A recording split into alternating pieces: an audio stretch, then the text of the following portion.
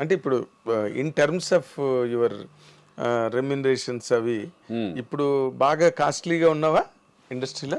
డెఫినెట్గా కొంచెం ఉంటుందిగా, ఉంటుంది. ప్రతి సినిమాలు చేస్తున్నాము. అదే సక్సెస్ వచ్చినప్పుడు ఏంటంటే కొంచెం ఇదివరకు మీద కొంచెం బెటర్గా హీరోగా ఉన్నదానికంటే నాకు తెలిసి నేను ఇప్పుడు బెటర్గా ఉన్నాను అనుకుంటున్నాను నేను. టెన్షన్స్ లేకుండా. డబ్బు కంటే ఇంపార్టెంట్ ఏంటంటే ఇక్కడ మనకి టెన్షన్స్ ఉండకూడదు. ఇక రెస్పాన్సిబిలిటీ 25 సంవత్సరాలు తీసుకున్నాం, 25 years వరకు ఆల్మోస్ట్ నీకు హీరోగానే చేసుకుంటూ వెళ్ళాను కదా. అవును. ఇప్పుడు రిలాక్స్డ్గా చక్కగా మా రోషన్ గారు వచ్చిన తర్వాత వాడు చూసుకుంటూ మనం అలా తన కెరీర్ని చూసుకుంటున్నాం.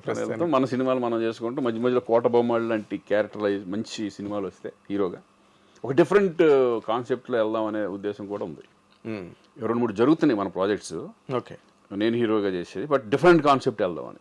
ఓకే, కొత్తగా క్యారెక్టరైజేషన్ కొత్తగా ఉండాలి, మన పర్ఫార్మెన్స్ కానీ మనం సోలోగా మనం, ఎందుకంటే ఇప్పుడు ఓటీటీలు వచ్చినాయి కొంచెం అడ్వాంటేజ్. బాగా ఇదివరకు కంటే ఇప్పుడు బాగా అడ్వాంటేజ్. ఇప్పుడు ప్రొడ్యూసర్లకి చాలా అడ్వాంటేజ్ కదా. అలా నాకు 2-3 అవి జరుగుతున్నాయి. ఇవి కూడా సెలక్షన్ చక్కగా నీట్గా చేసుకుని వెళ్దాం అంతే. అదేలే. అంటే ఇప్పుడు ఎవరైనా ఒక కొత్త డైరెక్టరు ఒక కొత్త కాన్సెప్ట్ పట్టుకొస్తే నువ్వు ఎంకరేజ్ చేస్తావా? 100% డెఫినెట్గా. కొత్త డైరెక్టర్లు కదా, వీళ్ళు మళ్ళీ సరిగ్గా హ్యాండిల్ చేస్తారు. నేను ఎక్కువ చేసిన వాళ్ళే, చిన్న వాళ్ళు చాలా చేశాను నేను. అలా ఏమిడవు, కానీ కొత్తగా ఉంటే డెఫినెట్గా నేను చేయడం జరుగుతుంది. అదేలే. ఆ రోజుల్లో నువ్వు అందరితో ఒక రాఘవేంద్రరావుతో లేదా దాసనారాయణరావుతో దాసనారాయణరావు గారితో యాక్ట్ చేశాను, బట్ ఆయన డైరెక్షన్లో చేయలే. ఆయనతో కలిసి యాక్ట్ చేశాను, దొంగలుడు చిన్నలుడు అని.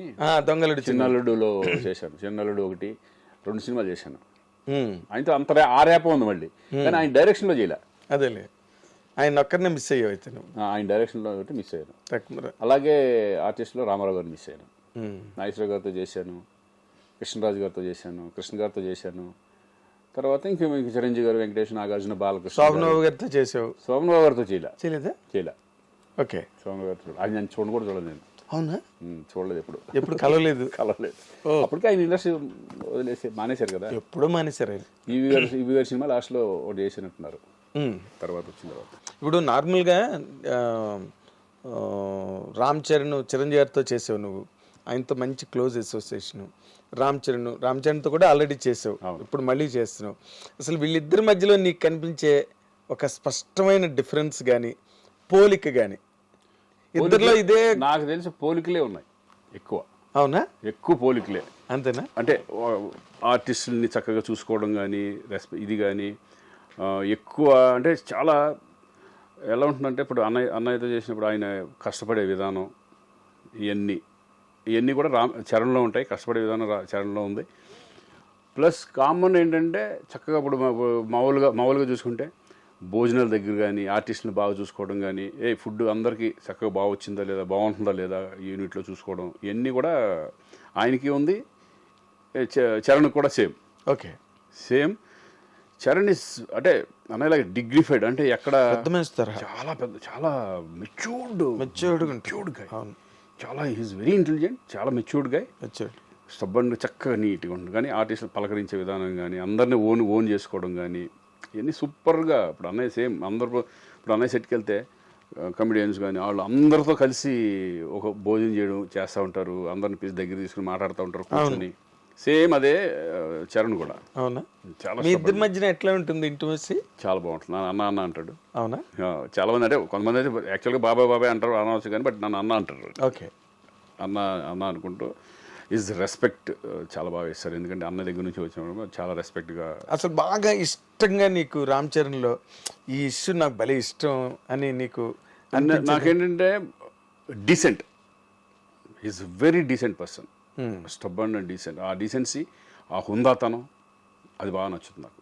ఓకే, ఆ హుందాతనం అనేది ఇప్పుడు నాకు తెలిసి కొంత ఏజ్లో కొంచెం ఒక రకంగా వేరే ఉంటుంది. అదే ఏజ్ అలాంటిది. కానీ ఆ ఏజ్లో కూడా ఈజ్ వెరీ మెచ్యూర్డ్ పర్సన్. ఆ మెచ్యూరిటీ లెవెల్స్ కానీ, ఆ స్టబ్బనిటీ కానీ, అవన్నీ నాకు బాగా నచ్చుతుంది. ఇప్పుడు మామూలుగా ఒక ఏడాది క్రితం కన్నా వచ్చే ఏడాది మనుషులు పెరుగుతూ ఉంటారు. అవును.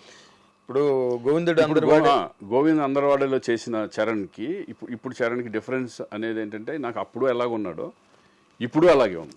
ఇప్పుడు ఎలాగున్నాడో అప్పుడు అలాగే ఉన్నాడు. ట్రిపుల్ ఆర్ అంత పెద్ద సక్సెస్, ఇప్పుడు స్టార్ లెవెల్కి ఇంటర్నేషనల్ స్టార్ ఇంటర్నేషనల్ స్టార్ లెవెల్కి హాలీవుడ్ వాళ్ళే వెళ్ళిపోయినా కూడా ఆ గర్వం కానీ ఇది కానీ ఆ కించిత్ ఇది కూడా లేదు. చాలా సింపుల్గా ఉంటాడు మామూలుగా. ఇప్పుడు బయట వాళ్ళకి చరణ్ అమ్మో అన్నట్టు ఉంటుంది కానీ బట్ సెట్కి వచ్చేసిన తర్వాత he's very simple.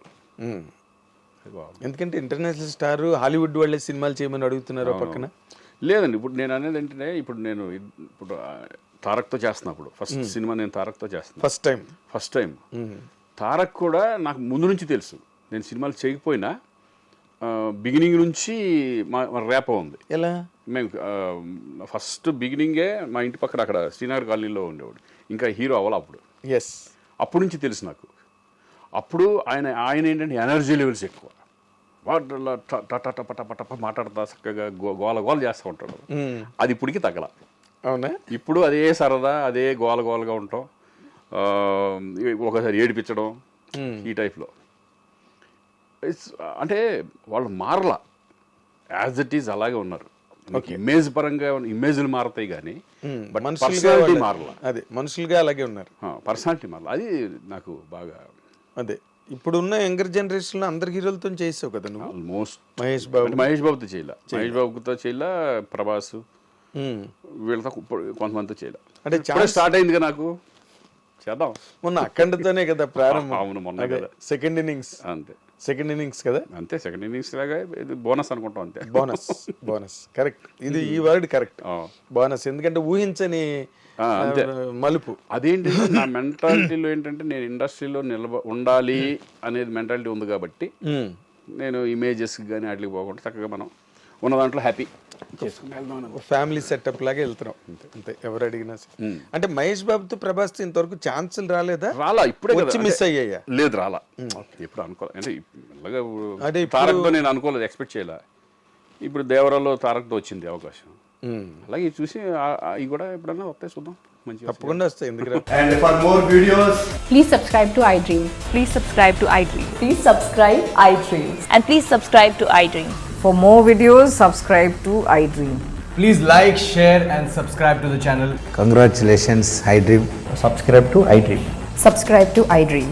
So subscribe to iDream Media. iDream ki iDream team andarki huge congratulations. Please subscribe iDream Media. Please subscribe to iDream. Subscribe iDream. Please subscribe to iDream. iDream అంటే నా కళల channel subscribe చేసుకున్న నోరు తిరుగుతలేదు, మీరైతే గంట గుర్తు కొట్టండి. For more such videos, please subscribe to iDream. Subscribe to iDream. Please subscribe to iDream. Please subscribe iDream Media. Please do subscribe to iDream. Please subscribe to iDream Media. For best entertainment and information, please subscribe iDream. And don't forget to subscribe to iDream.